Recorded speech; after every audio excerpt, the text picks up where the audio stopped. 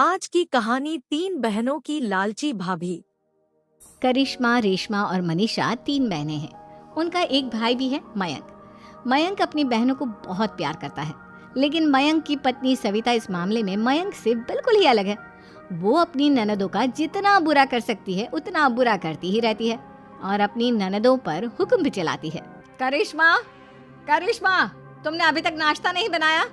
तुम्हारे भैया को ऑफिस जाने में देर हो रही है। हाँ भाभी, बस अभी बनाती हूँ। करिश्मा, तुम ये ढीलापन छोड़ दो। कल को पराये घर जाना है।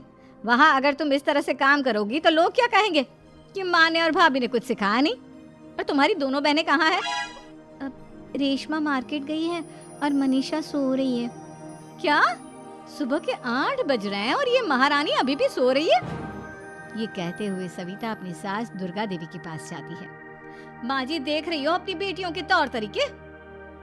क्या हुआ बहू, सुबह सुबह क्या कर दिया मेरी बेटियों ने?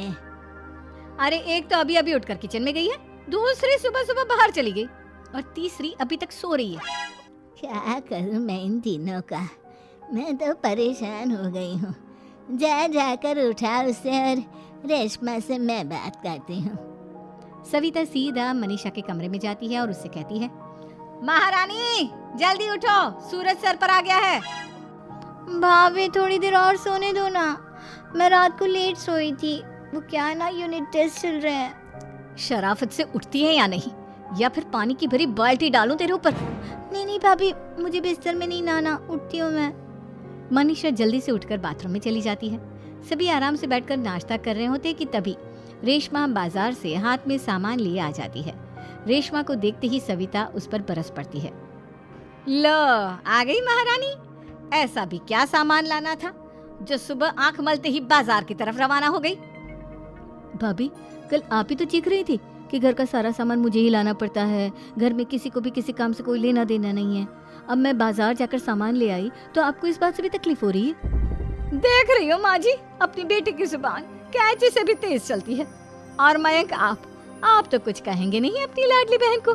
रेशमा, अपनी भाभी से ऐसे बात नहीं करते। चलो माफी मांगो। भैया, मैं क्यों माफी मांगू?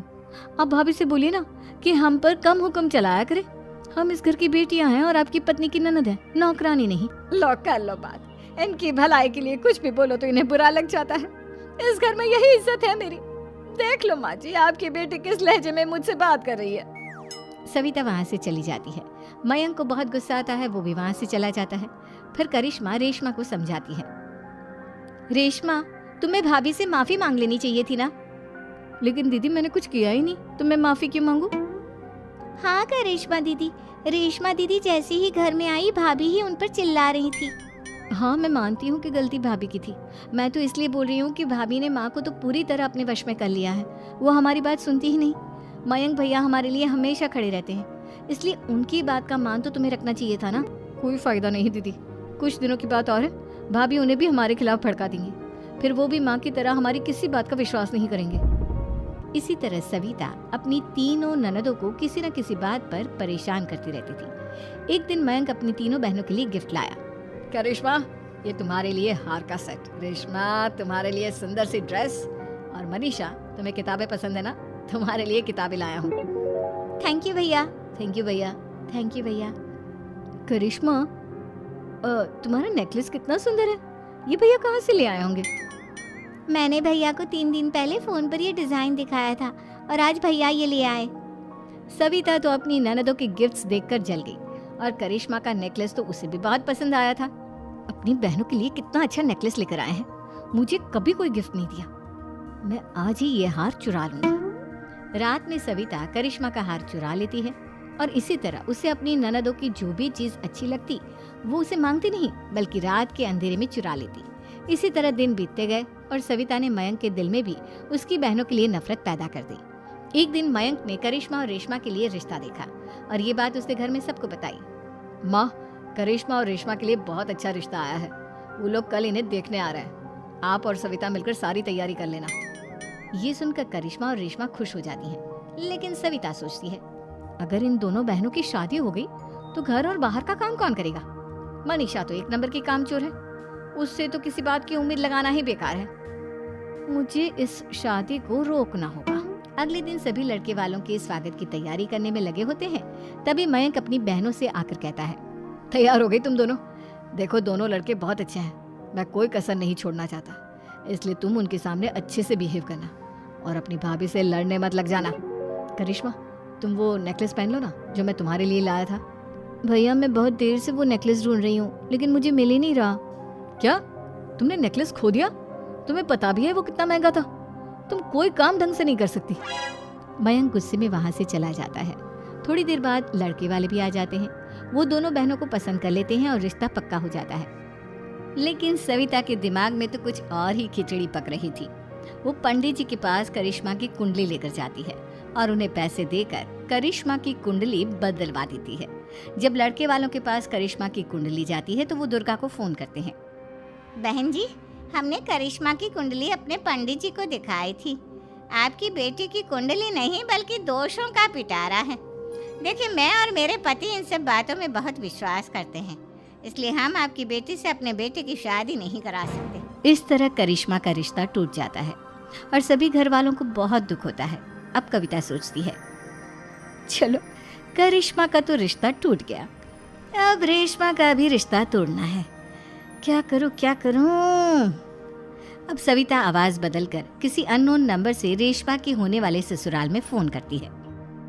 हेलो, मैं कौन हूँ कौन नहीं ये आपके लिए जानना जरूरी नहीं, बस इतना सुन लो कि रेशमा का 2 साल से किसी के साथ अफेयर चल रहा है। बस रेशमा का रिश्ता तोड़वाने के लिए सविता का इतना कहना काफी था। अब रेशमा का भी रिश्ता टूट गया। मयंक और दुर्गा देवी ने रेशमा को खूब खरी खोटी सुनाई और उससे बार बार उस लड़के के बारे में पूछने लगे।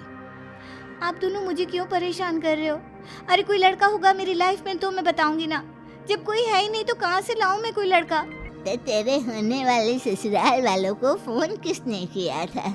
माँ मैं नहीं जानती किसने फोन किया था, मैं सच कह रही हूँ। मैं तो पहले ही कह रही थी इसकी लगाम खींच कर रखो, लेकिन मेरी सुनता ही कौन है। आप चुप रहिए भाभी, ये सब आपका ही किया धरा है। अब तीनों बहनों को विश्वास हो जाता है कि ये सब उनकी भाभी ही कर रही है। तीनों बहनें अपनी भाभी को सबक सिखाने के लिए एक वकील कर लेती है और घर में हिस्सा मांगना। देखो भैया, माँ बाप की जायदाद में जितना बेटों का हक होता है उतना ही बेटियों का, इसलिए इस घर के 4 हिस्से होंगे और हमें अपना हिस्सा चाहिए। मैंने तुम्हारे लिए क्या क्या नहीं किया और तुम इस घर में हिस्सा मांग रही हो? भैया, आप और माँ हम बहनों की कोई बात नहीं सुनते हो और भाभी हमारी शादी नहीं होने देगी क्योंकि उन्हें लगता है कि आप हमारी शादी में ज्यादा पैसा लगाओगे और उन्हें हम जैसी फ्री की नौकरानी कहाँ मिलेगी। तो हम भाभी के साथ तो रह नहीं सकते, हम बहनों को अपना हिस्सा चाहिए। अरे तुम्हें शर्म आनी चाहिए अपने भाभी पर ऐसा इल्जाम लगाते हुए।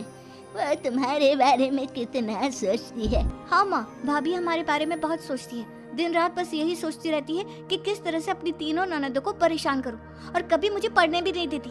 दोनों बहनों का रिश्ता भी तो इन्होंने ही तोड़वाया है और रात में हमारे कमरे में आकर हमारी चीजें भी चुराती हैं। इसी तरह सविता की तीनों ननदें अपनी बात पर अड़ी रही। अब कोर्ट में तारीख भी शुरू हो गई। जब सविता को लगा कि उसकी तीनों ननद इतनी आसानी से नहीं मानने वाली, तो उसने अपने पति और सास को सारी सच्चाई बता दी और अपनी तीनों ननद से माफी मांगी। मयंक और दुर्गा को भी अपनी गलती का एहसास हो गया। अब सविता खुद करिश्मा और रेशमा के लिए अच्छा रिश्ता ढूंढती है और उनकी शादी करवाती है।